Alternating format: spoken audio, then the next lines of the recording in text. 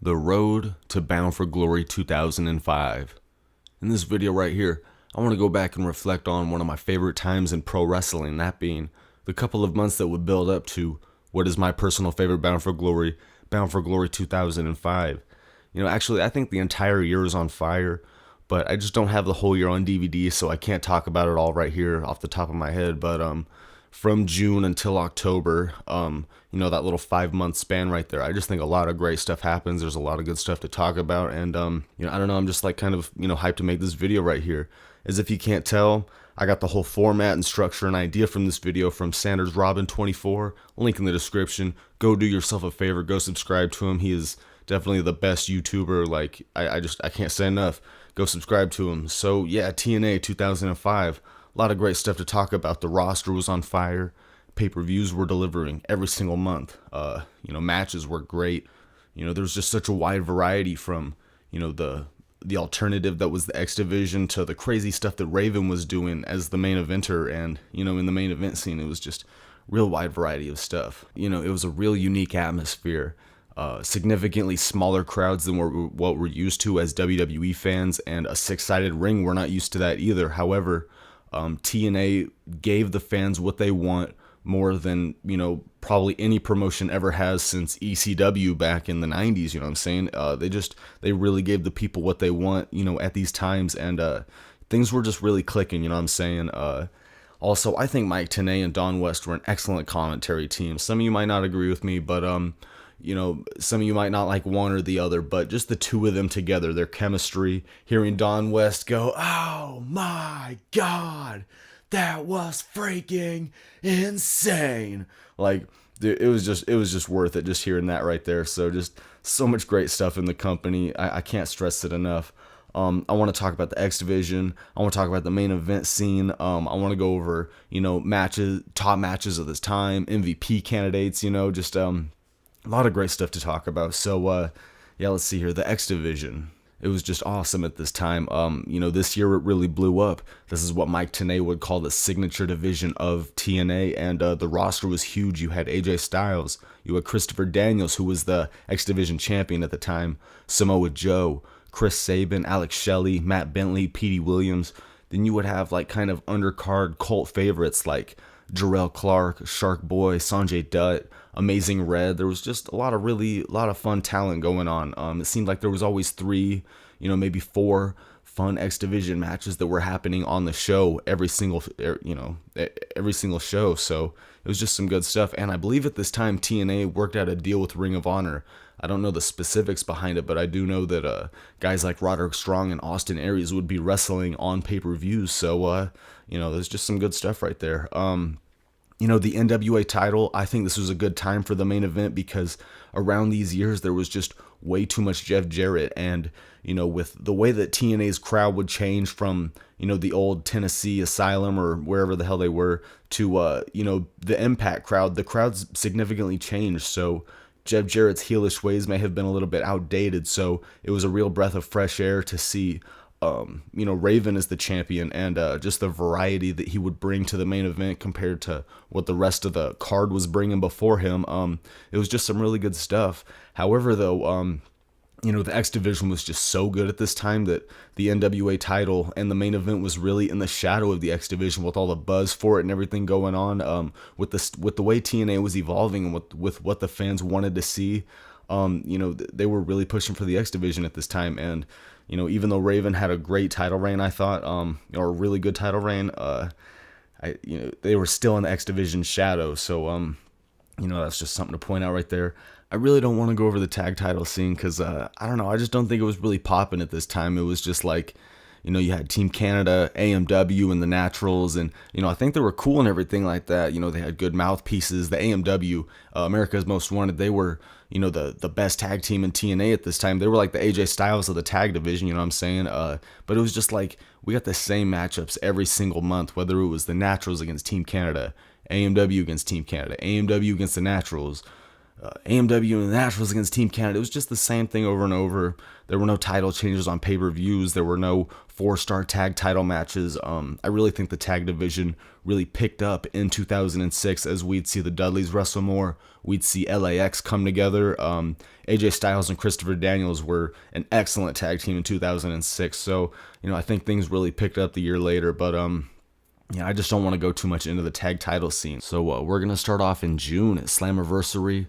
Christopher Daniels had been the X Division champion for the last 3 months, and here he successfully defends his championship in a 3-way elimination match against Chris Sabin and Matt Bentley. A lot of fun action in that match. Definitely a good one to check out. Samoa Joe would make his TNA debut here, taking on Sanjay Dutt. This match went around 5 minutes. The whole point was Samoa Joe got in his offense. He looked, dominant. This would begin his 16-month undefeated streak. Definitely one of the craziest things in TNA. And this was just a nice, short and sweet debut right here. Over as hell. The main event, AJ Styles defends the NWA Championship in a King of the Mountain match, 5-way with AJ Styles, Monty Brown, Sean Waltman, Abyss, and Raven. I thought this was some good stuff right here. A lot of fun action, some good table spots with AJ Styles. We got to see the spiral tap to the outside. That was real sick right there. And Raven would actually win the NWA Championship and begin his, I thought it was a really fun title reign. A lot of good stuff to talk about with it. Slammiversary is a good show right there. Moving on to No Surrender. Christopher Daniels defends the X Division Championship against Petey Williams. I thought that was a real fun match. Definitely some unique stuff happening. That was looking at their offense, I thought that was a dream matchup, seeing that for the first time. Samoa Joe defeats Chris Sabin in what was definitely Samoa Joe's best match in TNA at this time. This was, at the 4-star level at least. Just a lot of good offense. This match went around, I think, 15 minutes. It was just some really fun stuff. Samoa Joe picking up that victory, and, Chris Sabin was a really good matchup for him right here. One of the best matches in, on pay-per-view, around this time. AJ Styles took on Sean Waltman, special guest referee Jerry Lynn. This was just some awesome stuff, awesome storytelling. With Sean Waltman being the veteran, AJ Styles kind of being the new guy, and with all the drama with Jerry Lynn, I thought there was just a lot of fun stuff in this match. AJ picking up that victory, and with the way things would build up with Sean Waltman and Jerry Lynn over the next month, we would just see it, and it was just some real fun stuff. The main event, a dog collar match. Raven defending the NWA Championship against Abyss, and this was just some really good hardcore action. A lot of fun stuff happening in this match. There was a lot of good drama with the thumbtacks. Raven would actually hit a DDT to Abyss on the thumbtacks to successfully defend his championship. So definitely a good match right there. And afterwards, you have Jeff Jarrett coming out, kind of having a little segment, and this was what would have Rhino's debut in TNA. Cool moment right here, and Rhino would really do some fun stuff over the next few months for sure.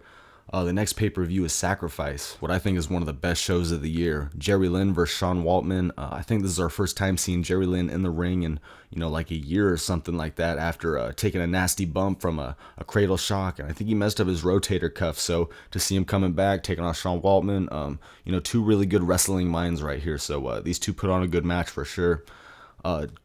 Christopher Daniels did not defend the X Division Championship. He took on Austin Aries in a non-title match. This match went under 10 minutes, but for what it lasted, for how long it went, I still thought it was a really fun match right there. I still thought it was some good stuff.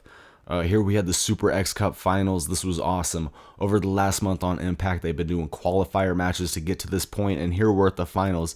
AJ Styles versus Samoa Joe for the first time in TNA. This was excellent.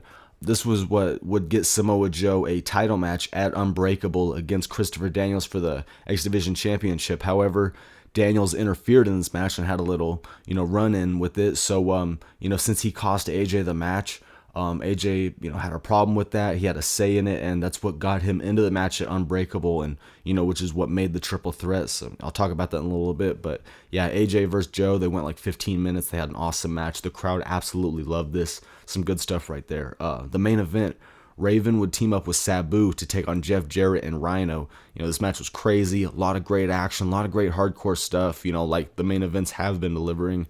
Abyss and Jeff Hardy would both interfere. One's a babyface, one's a heel, how they, interfere and have an effect on the match. And, there was a crazy stipulation in this match where if Jeff Jarrett pins Raven, he's the champion. And if Raven pins Jeff Jarrett, then Jeff Jarrett has to wait a year before he can get another title match. And so the whole focus is on who's going to pin who. And in this match, Rhino actually pins Raven, which is, on commentary, they're like, what does this mean? What's going to happen? And what happens is Rhino is actually given a championship match at the next pay-per-view, Unbreakable. Another excellent show from TNA right here. In the undercard, you have Austin Aries taking on Roderick Strong. You hear the crowd chanting ROH. These guys only go 8 minutes, but for the time they are given, this is just some awesome stuff right here. Just a great, not great, but, a really good match for the undercard. Chris Sabin against Petey Williams, some good X Division action.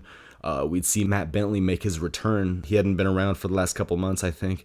And, good build up for the Ultimate X match we'd see at Bound for Glory the next month. So I'll talk about that in a little bit. We have Raven defending the NWA Championship against Rhino in a Raven's Rules match. This match was crazy right here. A lot of fun stuff happening.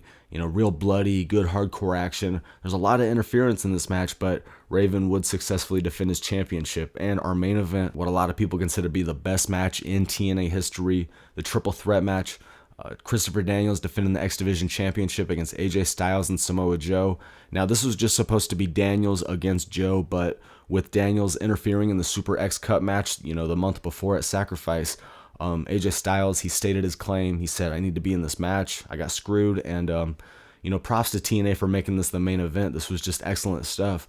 Here we would see the end of Christopher Daniels' 6-month X Division Championship reign.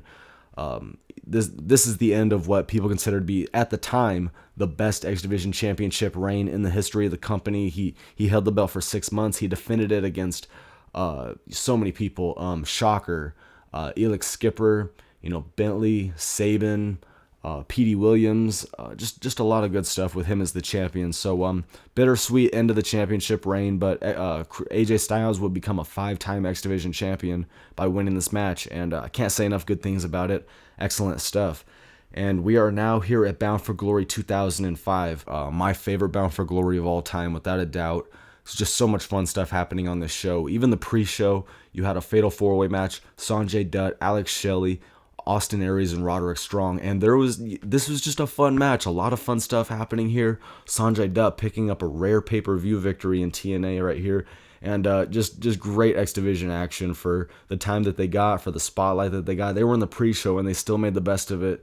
Still had a really fun match. Samoa Joe took on Jushin Thunder Liger. The crowd was definitely into that. Definitely a good victory for Samoa Joe.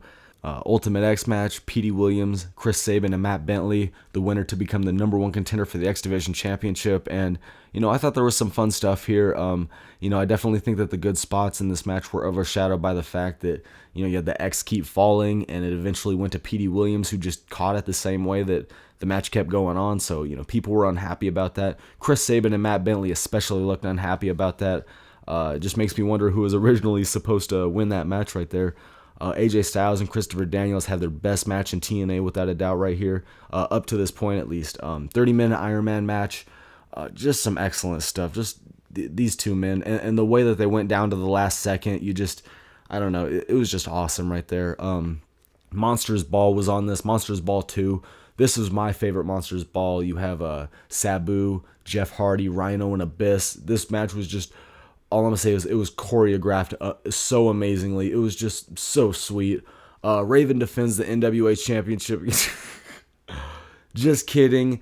Does this piss anybody else off like it pisses me off? Raven left Unbreakable as the NWA Champion, but then over a live event over the next couple of weeks or so, Jeff Jarrett would win the NWA Championship back from Raven so he could go into the biggest show of the year as the champion. Raven wasn't even on Bound for Glory. I think he was on the pre-show talking with Larry Zbyszko, and I'm just getting heated thinking about it. So Raven didn't wrestle. Jeff Jarrett was the NWA champion going into Bound for Glory 05. So even though he was the champion going into the biggest show, I still think Raven had a fun title reign. I don't like the way he dropped the belt. It was supposed to be Jeff Jarrett taking on Kevin Nash, but Kevin Nash got sidelined with an injury, so he wasn't able to wrestle in the main event for the NWA Championship. So what they did this night, they held a 10-man gauntlet for the semi-main event. over the top rope kind of thing. And in the end, Rhino would eliminate Abyss to become the #1 contender for the NWA Championship. So it's Rhino taking on Jeff Jarrett for the NWA title in the main event.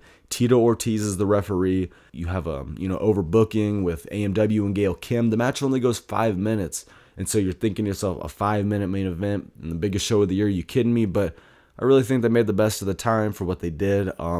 It's definitely not one of the best matches of this time. It's really forgettable, but with the overbooking, Rhino becoming the NWA champion, and just seeing kind of Jeff Jarrett take that loss, seeing the good guys overcome the bad guys. You have 3D coming out, Bubba Ray and Devon. You have the 3 Live Crew coming out. You have Team Canada coming out. Everybody's out there. They're just having the celebration. They have the casket out there. I think Eric Young was the one that eventually got thrown in the casket in the end. But to cap off this whole summer going into the fall, I thought it was definitely a good time in TNA right there. I want to talk about the top 10 matches around this time. These are more of like my personal opinion. Maybe some of you might disagree or have other ones, but just hear me out here. My number 10, I'm going to give it to Lance Hoyt taking on Abyss from Sacrifice. Lance Hoyt, I haven't talked about him in here, but he was one of the cult favorites, I thought. The crowd loved him every time he came out. They all chanted Hoyt. They were all really into him. And him and Abyss just had a really underrated classic right here at Sacrifice. The crowd was really into it. There was some really fun stuff. A nice coast-to-coast drop kick with them. I can't say enough nice things about that match. Definitely worth checking out. Number 9, I'm going to give it to Christopher Daniels defending the X Division Championship against Petey Williams and No Surrender. Definitely a fun match right there. Number 8, Raven defending the NWA Championship against Rhino at Unbreakable. A lot of people are going to sleep on this match because of the Unbreakable triple threat main event, but the semi-main event, Raven and Rhino, they had a good hardcore match. There was some fun spots in that match for sure. Number 7, I'm going to give it to Jerry Lynn against Sean Waltman at Sacrifice.